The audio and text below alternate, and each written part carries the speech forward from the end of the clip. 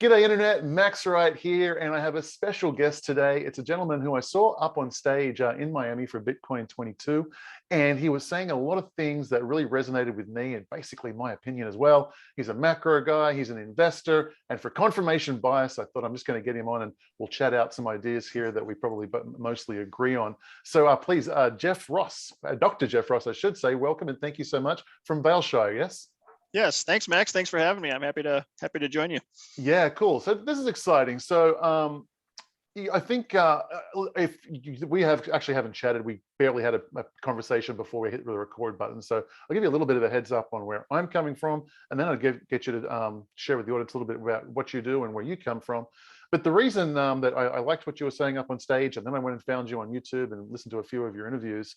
Long term, very, very bullish on crypto and Bitcoin. And short term, I think the macro stars are aligning for a little bit of troubled waters up ahead in the very near future, I would say. So I'm expecting maybe a pullback, 20, 30, maybe even 50% from the Bitcoin price, then pushing forward to very exciting prices in the not too distant future. And I think, correct me if I'm wrong, but I think that's pretty similar to your opinion for maybe for different reasons, maybe for similar reasons, and we can chat that out. My audience hasn't had the opportunity to meet you yet. I've watched a few of your videos, so I know. Why don't you give them a brief 60-second heads up on what it is you do and why you're up on stage at the Bitcoin conference? Sure, sounds great. So first of all, thanks again for having me. Way back when I was in college, I had to make a decision because I loved both medicine and finance, and I decided to become a doctor. So I actually went down the route, did my pre-med studies, became a doctor. Forgot about investing for about 15 years as I went through all of my training. Got out of training in 2008 and moved to Colorado. About a year after that, I remembered that I loved investing and started rethinking about that kind of thing again. Started a blog teaching people how to invest on their own. Quickly got picked up by an outfit called the Motley Fool, and then also Seeking Alpha, writing investment advisory articles for them. And then I developed enough of a following of people who liked what I had to say. They liked my investment style. They asked if I could manage their money. And I said, hey, you know what? I just do this for fun. I'm just a doctor. This is kind of my side gig, my side hobby. But then it planted a little seed in my brain that, man, if I could do this for a living, I'd probably be the happiest guy in the world. So fast forward a few years, 2013, I founded Valeshire Capital Management, which is a registered investment advisory. And then also Valeshire Partners, which is a long, short healthcare and technology centered hedge fund. I did both of those careers basically since the beginning of 2014 through 2021. So I was doing this dual career thing, pretty busy. Got my MBA in finance in there as well, so, somewhere in the middle of that. And then finally, thankfully, was able to retire from medicine at the end of 2021. And so now I'm just doing Valeshire full time, talking about Bitcoin and having a ball. Awesome. Super, super fun. Thank you so much for the catch up. Now, I have had the pleasure of watching a few of your videos, so I can ask some pretty leading questions here. Well, actually, in your words, let's hear a little bit about your both short-term and long-term forecast for Bitcoin and the reasons why. Sure. Well, I like to start out with my long-term view on Bitcoin. So I am as wildly bullish as it gets on Bitcoin. So I'm a huge believer in what it stands for. I believe that Bitcoin is simply better money for the world. I think it's going to create a better world. It's the everything that fiat isn't, and that's a good thing. So long-term, I'm just extremely bullish. I think we are going up much, much higher from where we are. I don't like to do price predictions, but I think that we easily get to gold's market cap from here. So it's about a 20x from here is pretty easy. And then I think beyond that, we get to start talking about things like consuming the M2 money supply throughout the world, which is about 86 trillion currently, and then other stores of value throughout the world, including real estate, stocks, bonds, things like that. I think it chips away at all of those over time. How fast it gets there, I'm not sure. I don't think it moves as fast as the first decade, clearly, but I think the second decade is still going to be pretty impressive. So that's my long-term view. I'm very, very bullish. I think any price that you buy it at, you'll be happy you did 2, 5, 10, 20 years from now, for sure. So with all that said, I'm also a macro investor. I do run a hedge fund. It's from a macro point of view. It's a long, short healthcare and technology centered fund, like I mentioned, but I'm also really heavily focused on Bitcoin and Bitcoin infrastructure type entities. So how do I use my macro view? I look at kind of where things are going, and I read the tea leaves of what the economy is doing and what inflation is doing, and then as a result, what the Federal Reserve is doing.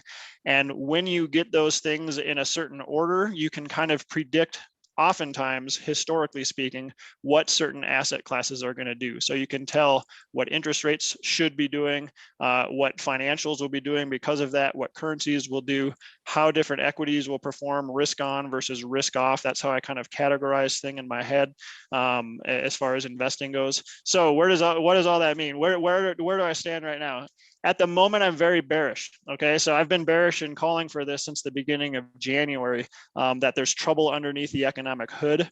I think that Bitcoin was the first major asset class to figure this out, to sniff it out that there was trouble. Bitcoin itself peaked on November 8th and has been kind of grinding lower ever since then. It's been flatlining, actually, as you probably know, for the last month or two. So we can talk about that and if there's any significance to that. But what do I mean by trouble under the economic hood? So growth, GDP, real economic growth in the United States peaked in the fourth quarter of 2021. And since then, it's been on the decline. It's been decelerating. Inflation, as we know, is extremely high, painfully high. It's creating poor quality of life for lots of people. Prices are getting really expensive. It's really hurting the middle and lower classes for sure. That's very painful. That said, I think that inflation is at or near a peak right now. So I think March or April, probably somewhere around here, is probably the peak or close to the peak. And from there, I think we start to disinflate. So a lot of people get confused by this term. I'm not talking about deflation, where we have negative inflation basically, but decelerating inflation. So a good example of what that means: say you're on the highway, you're on an on-ramp getting onto the highway, you accelerate from 0 all the way up to, say, 85 miles per hour. That, we're moving very fast. That correlates with this inflation reading, the CPI in the US of 8.5% recently. So 85 miles per hour. Now what you do is you take your foot off the accelerator just a little bit down to, say, 80 miles an hour.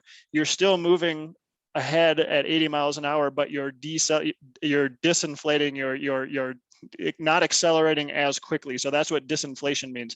So I think what we're going to see for the rest of 2022 is disinflation, high but a little bit lower levels of year-over-year inflation rates. So it's going to be painful. Why do I bring all this up? Because when you have disinflation coupled with a decelerating economy, risk on assets do not like that scenario, and they tend to perform very poorly. For examples, the last 2 times we were in this similar setup was March of 2020 and the fourth quarter of 2018. If you remember those periods, both of those times were bad. We had huge drops in the prices of stocks. Most risk on assets, tech stocks, small cap stocks, things like that did poorly. Bitcoin, for its part, did very poorly. Back in 2018, I'm sorry, I'm throwing all these things at you at once, and we can talk about any of this stuff. But so the end of 2017, Bitcoin peaked at just under 20,000. By about September of 2018, it had fallen, grinded lower all the way down to about 6,500. And then it flatlined, basically choppy flatline for about 2 months. And then mid-November into December, it dropped 50%. That's when we were in similar macroeconomic conditions as we are now. The other similar set is March of 2020, as everybody remembers, with COVID and everything. Bitcoin was actually trying to make a little bit of a resurgence in February, and then March came, boom, 50% drop. It was really painful for most people. Now, the flip side of that is these provide fantastic buying opportunities for long-term savers and hodlers.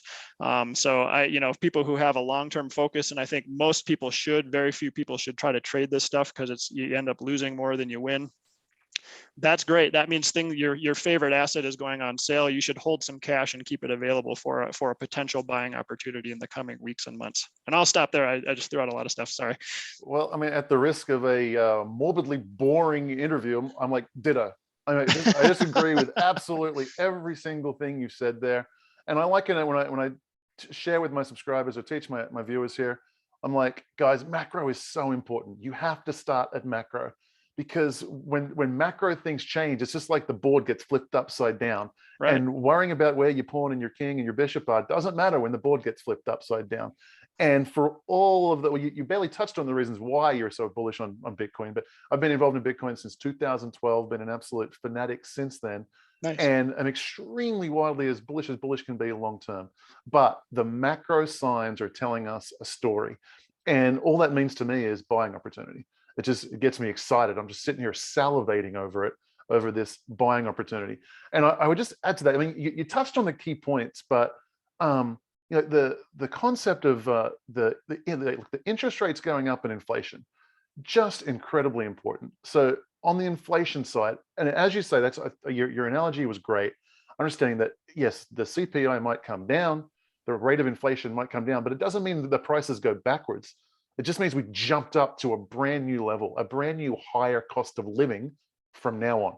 Yep. And that means for a huge part of the economy, their disposable income is going to go down. It means their demand goes down. It means all of a sudden, so in areas like energy and fuel and things like that, you can't just not consume energy. That one's hard.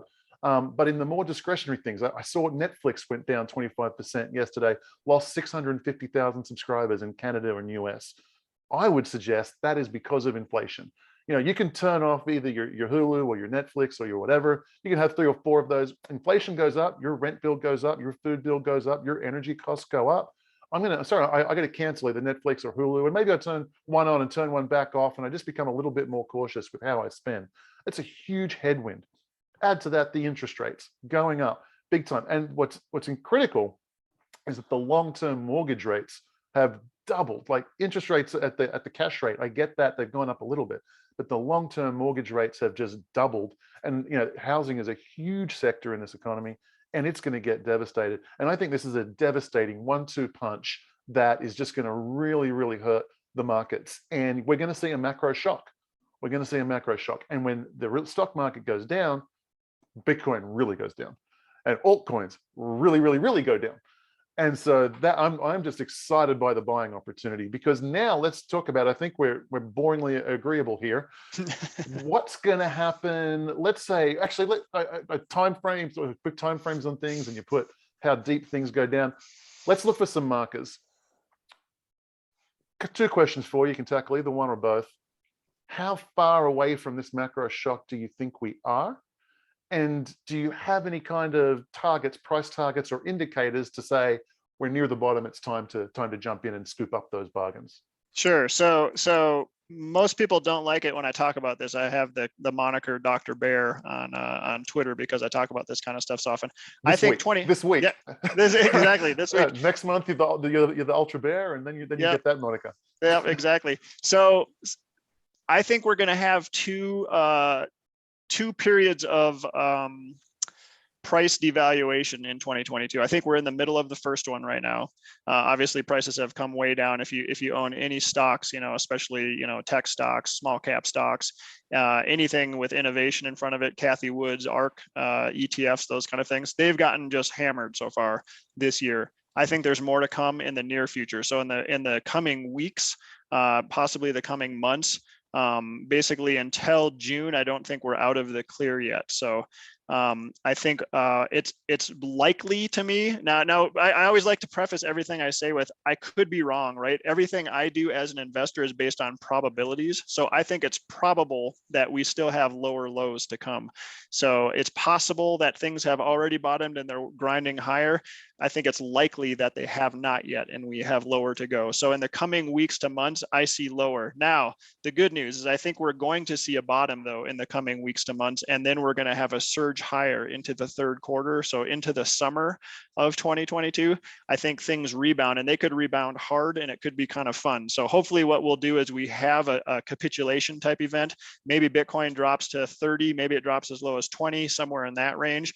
That would be awesome. That would be a back up the truck kind of moment where you buy as much as you're able to, hopefully have some cash on hand at that point. If you need to sell a kidney, you do that. You sell your carpet, you sell your dog, your lamps, whatever you got to do to buy more Bitcoin. That's the way I kind of look at those opportunities when there's literally like blood on the streets and people are panicking and hitting the sell button. That's when you want to be buying if you're a long-term minded person. So I think then we ramp up. Then I think, unfortunately, we have trouble again into the fourth quarter and Q1 of 2023. I think the economy weakens again on a relative basis year over year. That's when I think we actually might see a real recession happen, possibly. And the problem is the Fed isn't helping out this time. A lot of people are thinking we're going to see a Fed pivot quickly, similar to what happened in March of 2020 and similar to what happened in December of 2018. This time they're stuck between a rock and a hard place because inflation is so high, they can't quickly pivot and go to a highly accommodative stance because that's what got us here in the first place with these high levels of inflation. So they're stuck between, they need to do quantitative tightening, they need to take liquidity out of the system. They are very intentionally trying to slow down the economy in order to drive down inflation. They have said outright that they know that they're going to drive equity prices down, they're going to drive real estate prices down. If you are an investor in those kind of things and you are only long, you are going to have a painful 2022. And the Fed is basically telling you, yes, you are going to have a painful 2022. We are going to see a repricing. Now, I would argue, by the way, one thing. So there are real estate investors on one side. I would suggest that the unfortunate side of that, the other side of the coin, is the millennials and the Gen Zers have been priced out of the housing market. They're trying to buy, they're first-time home buyers. They can't afford to buy a house right now because prices have gone so high so fast. They just simply can't afford housing. So that one of the upsides of rising interest rates and rising mortgage rates is it's a lagging indicator, but it will drive housing prices lower. So it's bad for investors. It's good sort of if you're a first-time home buyer. I say sort of because mortgage rates are higher, so you can just simply afford less house. That's unfortunate.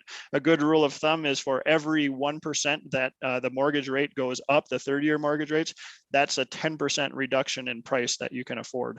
So if it's here in America, I don't actually know where you are, Max. Are you located in the US? Yeah, I'm in America. Okay. So here in the US, I think the 30-year mortgage fixed rate has gone from 3% to about 5%. That's 2 full percentage points. That means affordability of the price of the house has come down by about 20%. So if you could afford a $500,000 house with a 3% mortgage, you can only afford a $400,000 house at a 5% 30-year fixed rate mortgage. It kind of evens out on the number side. So there are pros and cons to all this. So I'm saying all this to say it's going to be ugly here in the near term.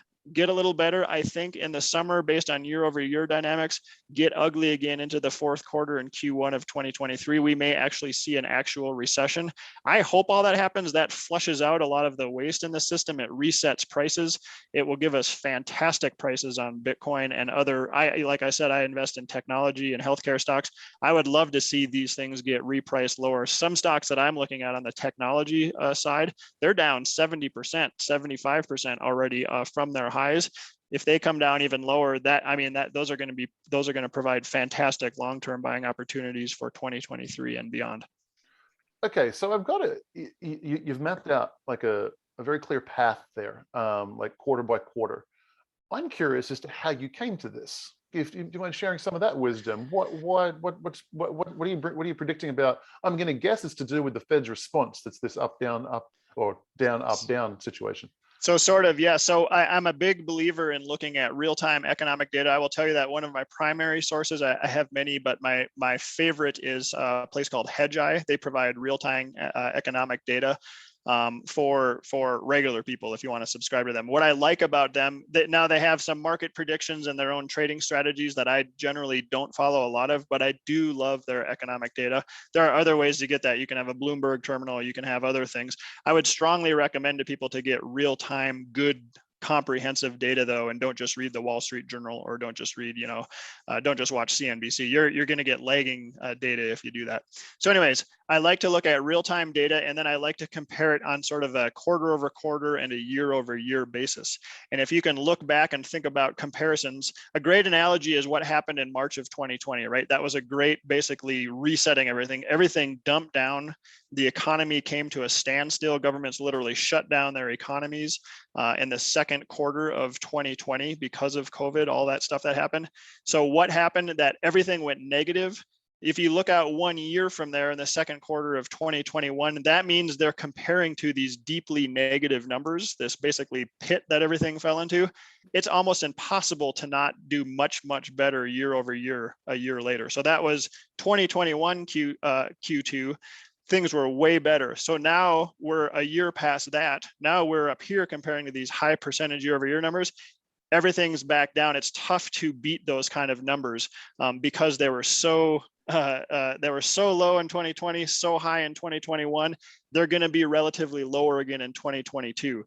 Q2. That's the way I look at things, is year over year comparisons. The markets and the market participants, the major institutional investors, they look ahead at what's coming and they see, look, we have these comparisons that are basically impossible to beat. That's going to be bad for corporate earnings. It's going to be bad for GDP growth. That's going to be ugly for risk on assets. That's kind of the general mindset to think about these things. You can keep looking out ahead, kind of quarter over quarter, month over month, and do these analogies. So that's why I see this kind of roller coaster where we trough down into the second quarter, we come out of it into the third quarter, then the fourth quarter comparisons get tough again. If you'll recall, sorry to, if this is, stop me if I'm getting boring. No, so Q4 of 2021, right? We had excellent numbers. The economy was ripping, inflation was accelerating really fast. The economy hit basically these incredible peaks, was doing awesome. A year from then, so Q4 2022, that's going to be our comparison, these high marks. Trying to top that, especially when what looks like more recessionary kind of indicators are coming forward, is going to be nearly impossible. So we're still going to see probably a deceleration of the economy. We're still going to see disinflation. Chances are likely that risk on assets are again going to perform very poorly. So that's why I have this outlook on a quarter over quarter basis. And you can sort of look ahead to what's coming because everything moves in these sort of predictable cycles. So let's zoom in on that a little bit. I want to understand the statistics more. So are you talking about that the numbers that you're comparing from 12 months ago, those numbers are good or bad based on the comparison from 12 months prior to that again? Because let's say it's like year on year, it's doing the numbers X, it's going up X. That's comparing to the percentage change from this month to the same month 12 months ago, right? Yes. And so every February is compared to 12 months ago February, which is compared to 24 months ago February. And it's like it's up or down versus that February. And so we're in this situation where we're oscillating wildly because it's like impossible to beat, impossible to go wrong, possible to beat, impossible to go wrong. Is that what you're kind of saying is going to play out for the next little bit? Essentially. And so the effects that a major event like March of 2020 has, it's sort of like pulling on a guitar string. And first you can pull it a lot, and then it goes way down. And then over time, it sort of subsides and then gets flatter again over time. Sure. So yes, so it's a major effect when it first happens. It's a major effect a year later. It's a little bit less a year later, and then it kind of evens out over time. That's not the only thing that matters, but those year over year comparisons are critically important if you invest from a macro perspective. And it's so interesting. I mean, it's so easily explained, like you've managed to explain it in a few minutes, but these numbers are just so powerful and great headline news, and so many investors just see the headline, get a feeling, get a vibe, and hit buy or sell. Right. And this is what's driving the market, even though it's so elementary to explain to people. And most people do not get this. I will tell you, most people they watch CNBC and they see reports like, pick a company, Starbucks. Starbucks beat by 2 cents. And they're like, they beat. This must be a great time to buy Starbucks because they just beat on earnings. And that is not how institutional investors do it. And the institutional investors are the people who drive the markets. I'm just telling you, they do not watch CNBC and wait to see if Starbucks beat by 2 cents. They do not care. They care about what is the future looking like? Where is it going? What is the economy doing? How will Starbucks handle this situation? Things like that. That's how they look. And they're always thinking at least a quarter ahead, sometimes multiple quarters ahead when they make their major investment decisions. And that's what actually drives market prices. Okay, so there's this, I'm not sure if black swan is the appropriate word, but some kind of, in the near future, weeks or months, but you're saying some kind of a pullback that will affect all markets. I think you said real estate, stock market, crypto. And what do you think will be the Fed's response to that? Normally, I would say that the Fed would pivot, and that's what I was going with back in January. But the more I've been studying their comments, I think it's very clear that they are. So the Fed can do two things. They can either one of two things. They can either focus on inflation or they can focus on propping up the markets.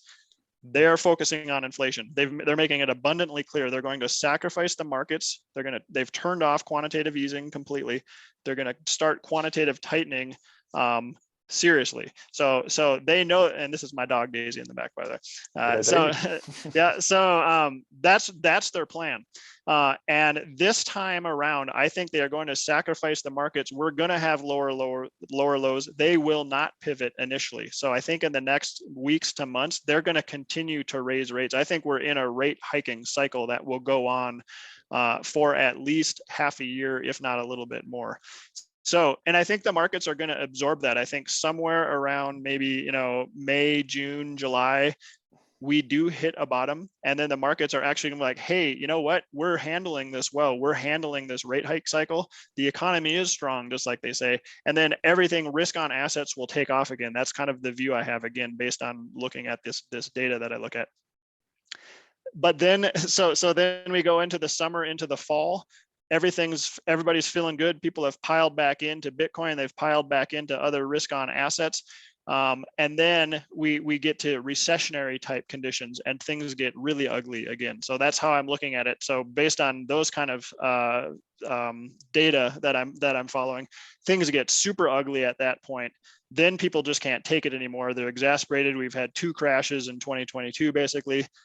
Then at that point, the Fed pivots. And I think at that point, when you have a recession, that drives inflation down. That's a deflationary type event because you're shutting the economy down. Demand has been destroyed. The inflation drops. We have a deflationary repricing event in stocks, in risk on assets in general, in commodities, in Bitcoin, in the altcoin world. And then at that point, the Fed will pivot. And then that's why I'm saying 2023 and beyond will have the Fed behind us again. It will be highly accommodative again. Prices will have been reset. That will be the time to hold on and go long and strong and be long, I think, for a couple of years after that. Interesting. Threats of inflation in 23, 24. You think that the events of 2022 will sufficiently take care of the inflation problem? You think that 2023, 2024 will be inflation satisfactory?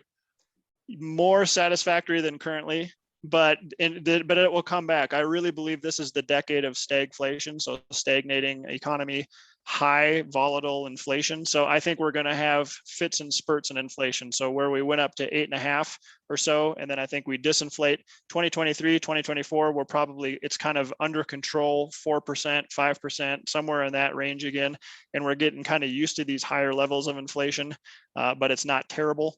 And then I think we spike again as the decade goes on because the Fed is going to continue to print and print and print. I think the next round of QE, which I believe will be QE4, will put all of the other ones to shame. It will make them look puny and insignificant, and it'll literally like double or triple the Fed's balance sheet at that point.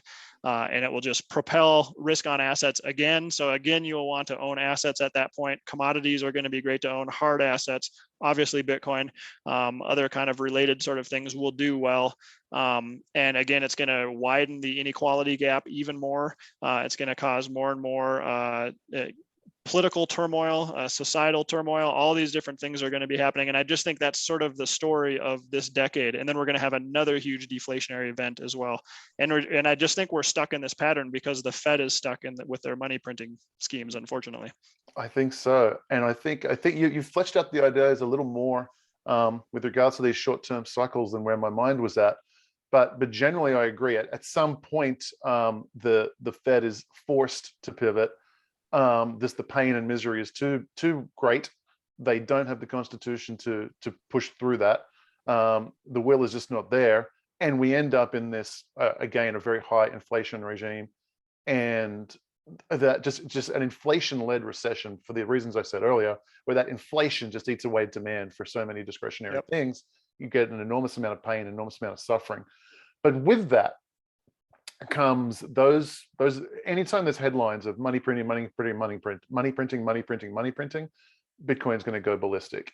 And I just think just wherever, I've seen a lot of these cycles. I've been in since 2012, and just the magnitude gets bigger and bigger of the movement. And I think we're really, this decade for sure, probably as soon as 5 years, we're going to see that huge tipping point where we just go into just the numbers just go absolutely parabolic of number of Bitcoin users. I mean, it doesn't even require that event, to be honest. We're already, I mean, it's already predicted to be, like 3 billion crypto users worldwide, by about 2025. But we've got all these reasons to suggest that's going to happen and push in a hard way. Now, I noticed you mentioned the phrase flatlining in tweets yesterday. You mentioned it at the beginning of this interview. I wrote it down, and I'm not sure what the significance of that is for you. What's the significance of the flatlining?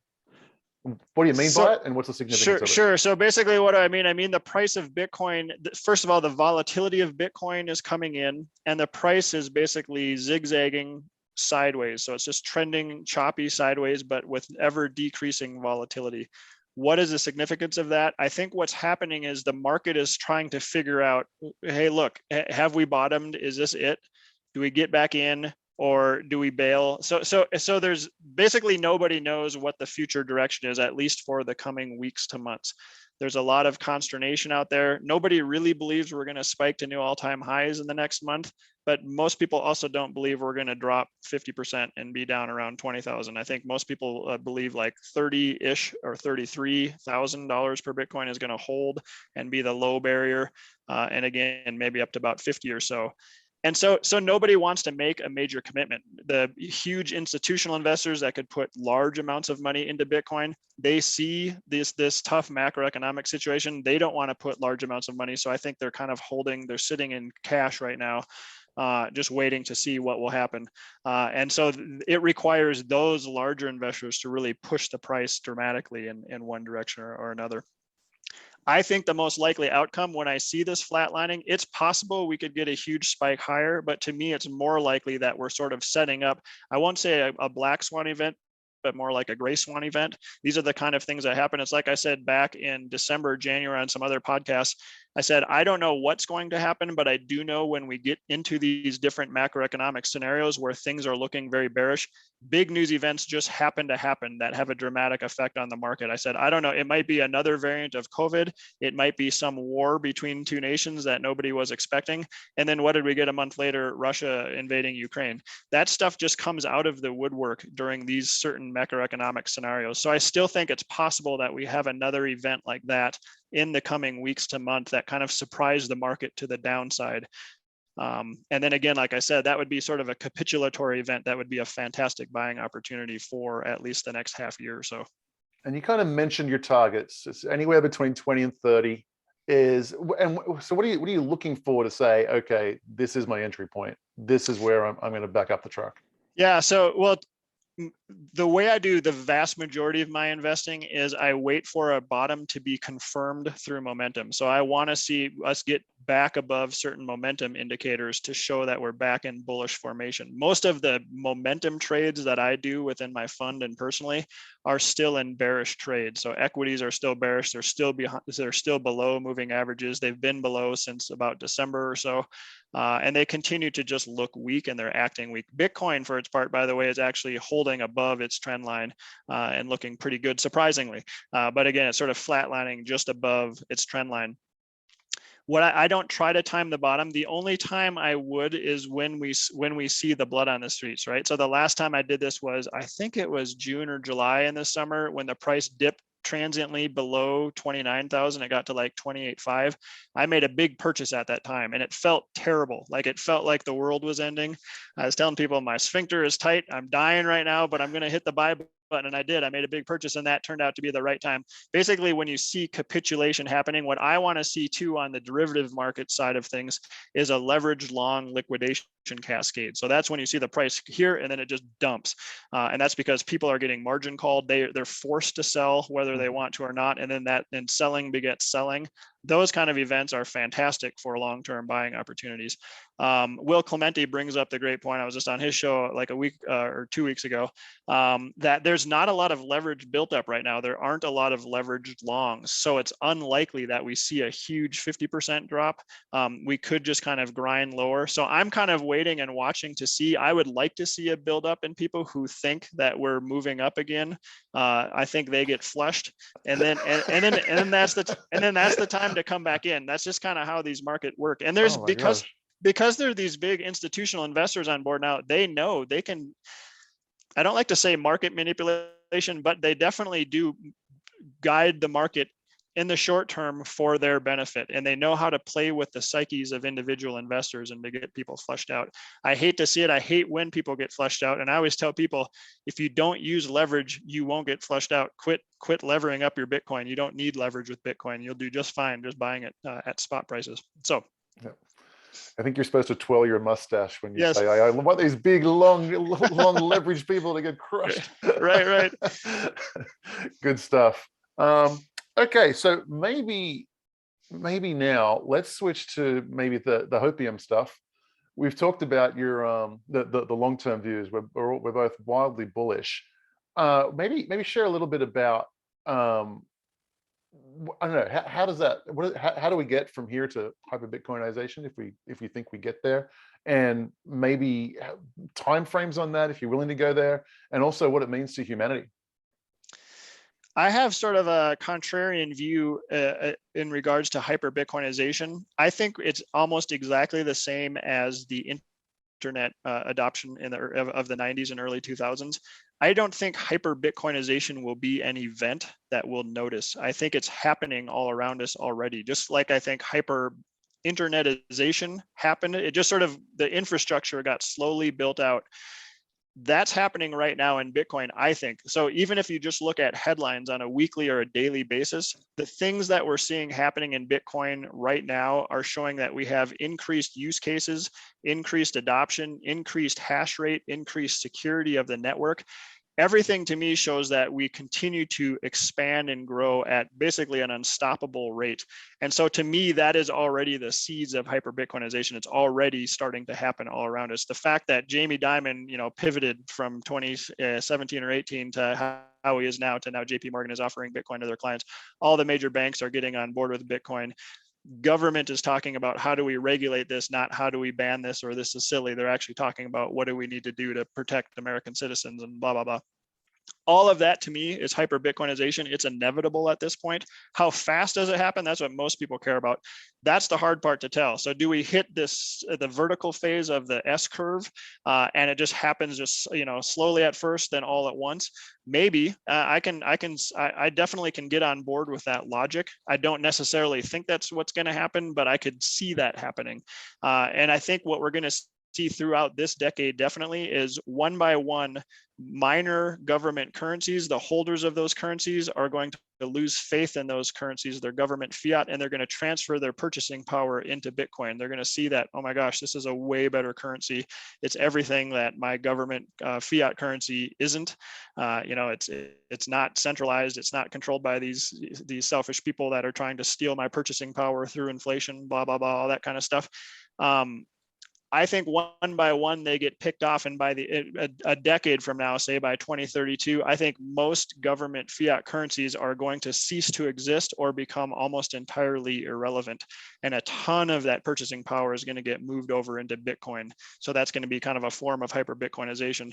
I still think the US dollar is around 10 years from now and still strong. I actually think the Chinese yuan, renminbi, is also going to be very powerful, much more powerful than it is today as a world's reserve currency, and Bitcoin. So I think those are the major three players then. And I think even larger currencies, like probably the first large currency to lose relevance will be the Japanese yen.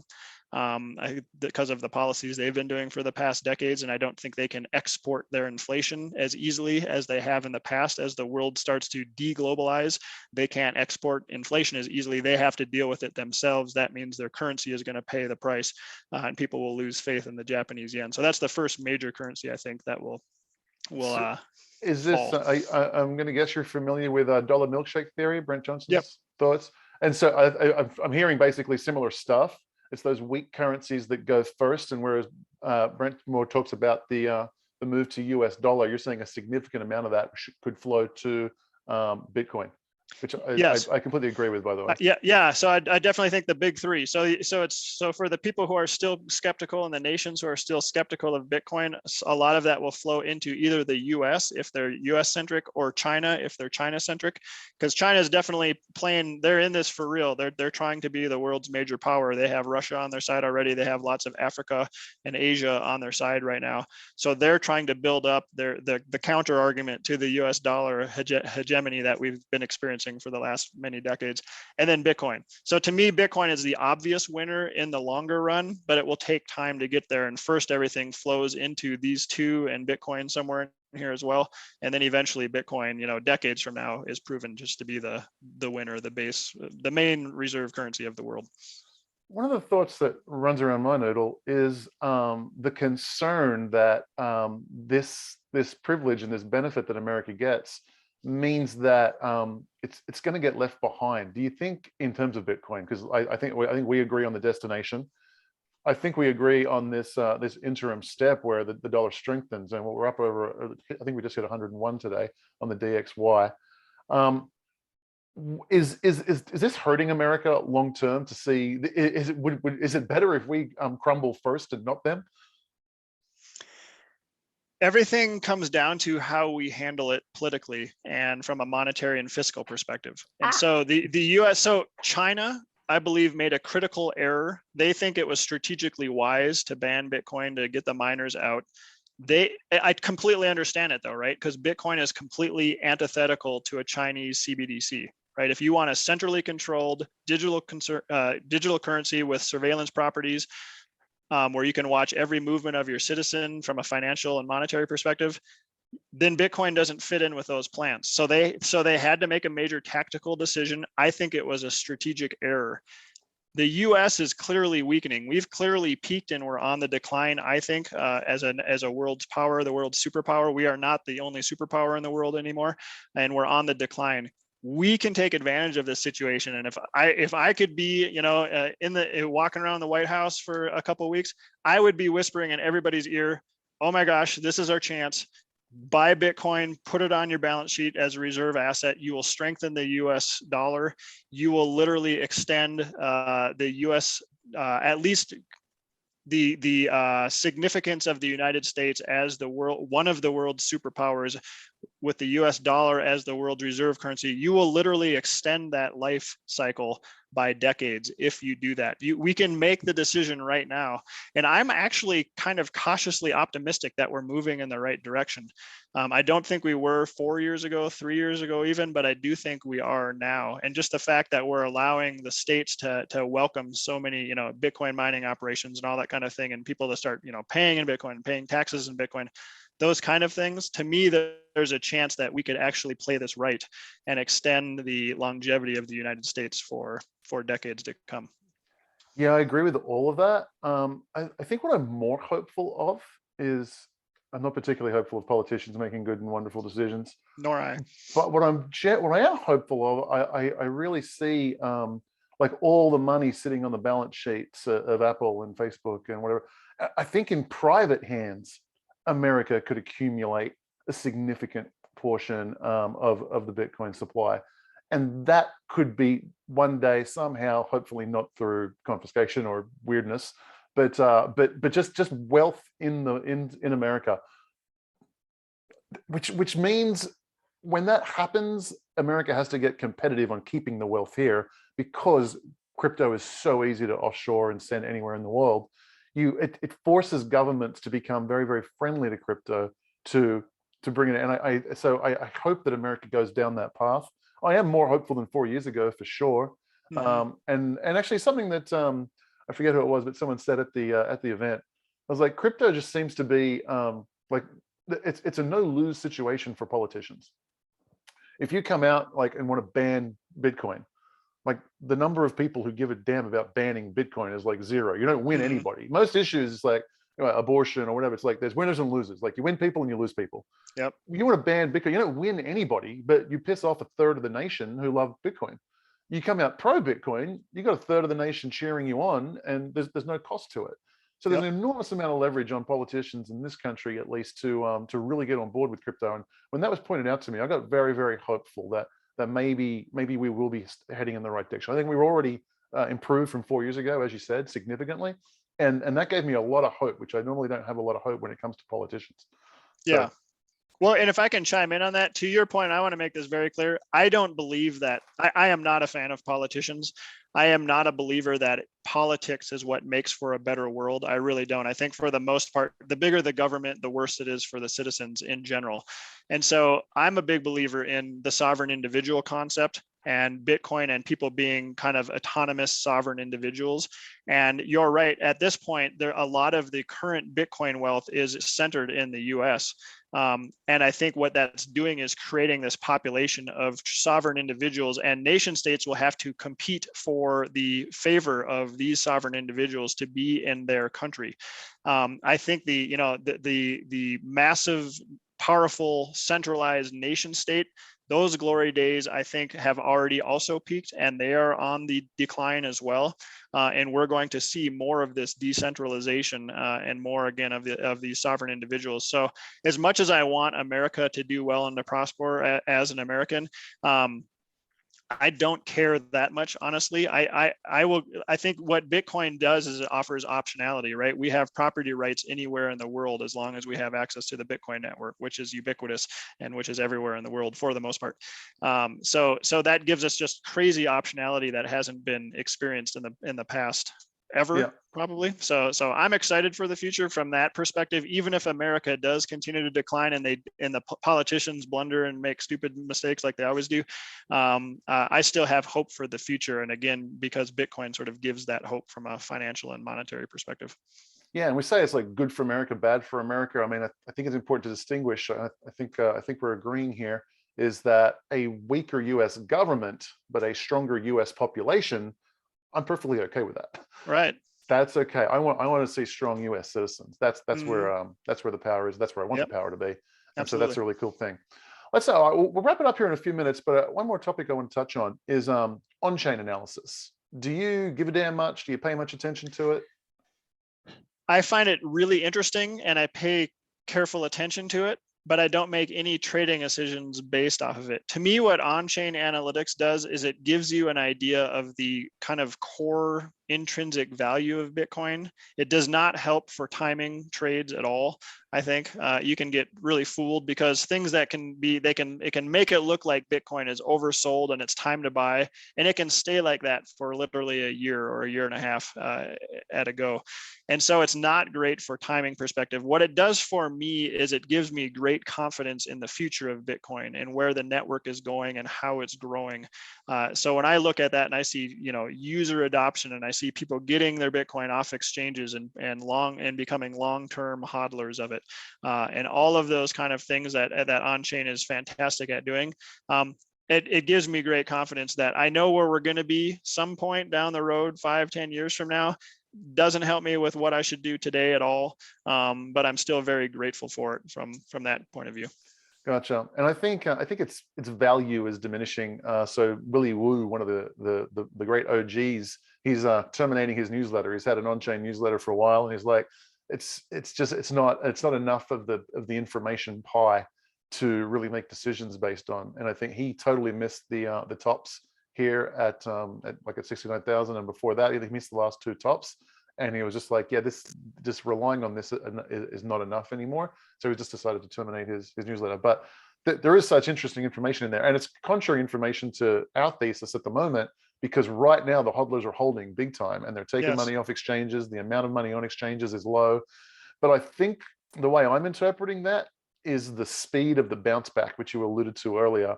I think there is this macro shock. To me, that's the chessboard getting tipped over. And so pretty much everything else doesn't matter when the chessboard gets tipped over.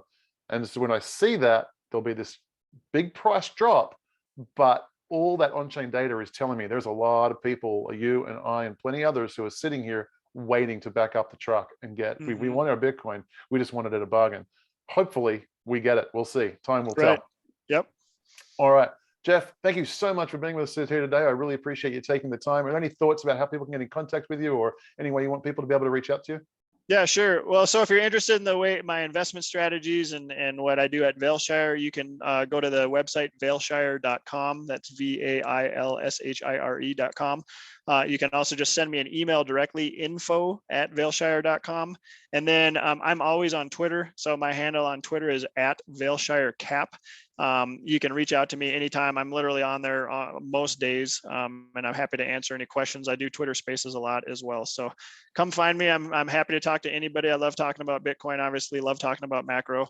And but Max, thanks for having me. It was really fun to chat with you today. I appreciate it. I agree with that. Thanks so much. I'll sign it off there. Guys, please, if you like this interview, if you like our interview with Jeff, or you want me to do others, please let me know in the comments below. Go ahead, hit that like button and subscribe button. We're here for the ride for Bitcoin. I think it's going to be volatile, but it's going to be fun as hell. So stick around, and I'll see you guys soon. Take care.